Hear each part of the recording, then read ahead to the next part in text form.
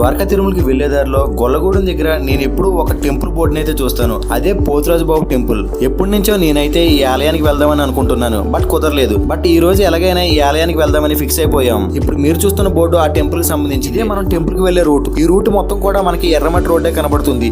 ఈ రోడ్డు ద్వారా మనం ఆ టెంపుల్ కి అయితే వెళ్ళగలం. అదే కాక ముందు రోజు వర్షం పడడం వల్ల రోడ్ అయితే అంత బాగోలేదు. మెయిన్ రోడ్ నుంచి ఒక 3 to 4 కిలోమీటర్స్ దూరంలో ఈ ఆలయం ఉంటుంది. ఎర్రమట్టి రోడ్ అయినా కానీ కొంచెం ముందుకు వెళ్ళిన తర్వాత మనకి రోడ్డుకి ఇరువైపులా ఉండే చెట్లు చూడడానికి చాలా అందంగా కనబడతాయి.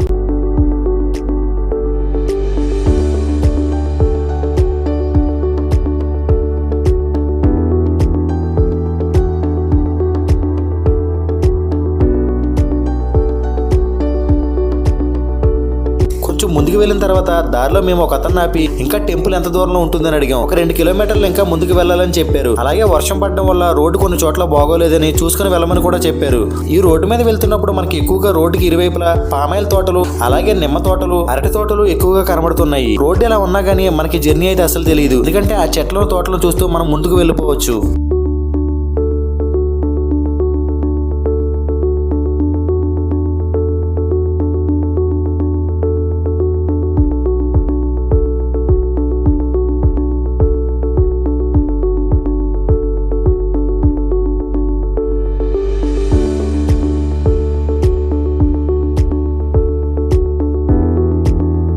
మనం వెళ్తున్నప్పుడు దారిలో కొన్ని చోట్ల గుడికి వెళ్లే డైరెక్షన్ బోర్డ్స్ కూడా కనబడతాయి. అలాగే ఒకటే వే కాబట్టి మనం సింపుల్ గా వెళ్ళిపోవచ్చు.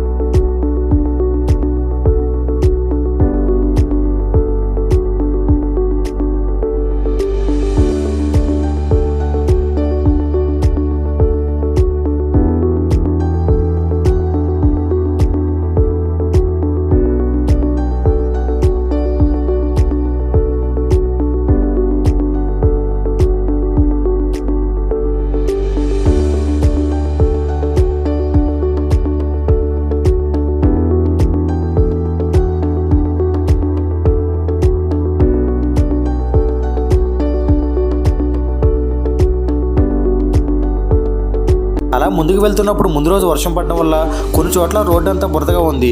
దానివల్ల బండి వెళ్ళడానికి కొంచెం ఇబ్బందిగా అనిపించింది. అప్పుడు మా అన్నయ్య నేను బండిని తోటలోంచి రోడ్డు మీదకి తీసుకువచ్చాం. అలా తీసుకువస్తున్నప్పుడు బండి ఒక చోట బురదలోకి దిగిపోయింది. సో వర్షాకాలంలో ఈ రోడ్డు మీద రావడం కొంచెం కష్టంగానే ఉంటుంది. అలా అక్కడి నుంచి కొంచెం ముందుకు వెళ్ళిన తర్వాత మేము టెంపుల్ అయితే రీచ్ అయిపోయాం. ఈ ఆలయం చుట్టూ తోటలు ఉంటాయి. చూడడానికి చిన్నగా ఉన్నా కానీ టెంపుల్ చూడడానికి చాలా బాగుంది.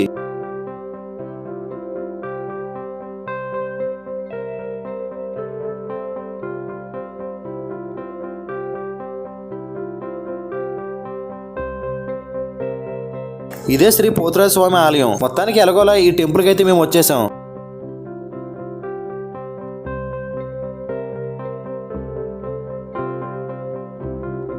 మేము వచ్చే టైంకి ఆలయం అయితే క్లోజ్ చేసేసి ఉంది. సో అందుకనే బయట నుంచే పోతురాజు స్వామిని దర్శించుకున్నాం. ఇప్పుడు మనం చూస్తుందే పోతురాజు స్వామి వారి యొక్క విగ్రహం. గుడిలో ఉండే పోతురాజు స్వామి చాలా పవర్ఫుల్ అంట. ఏవైనా కోరికలు కోరుకుంటే ఈ స్వామివారి వెంటనే తీరుస్తారని చెబుతుంటారు.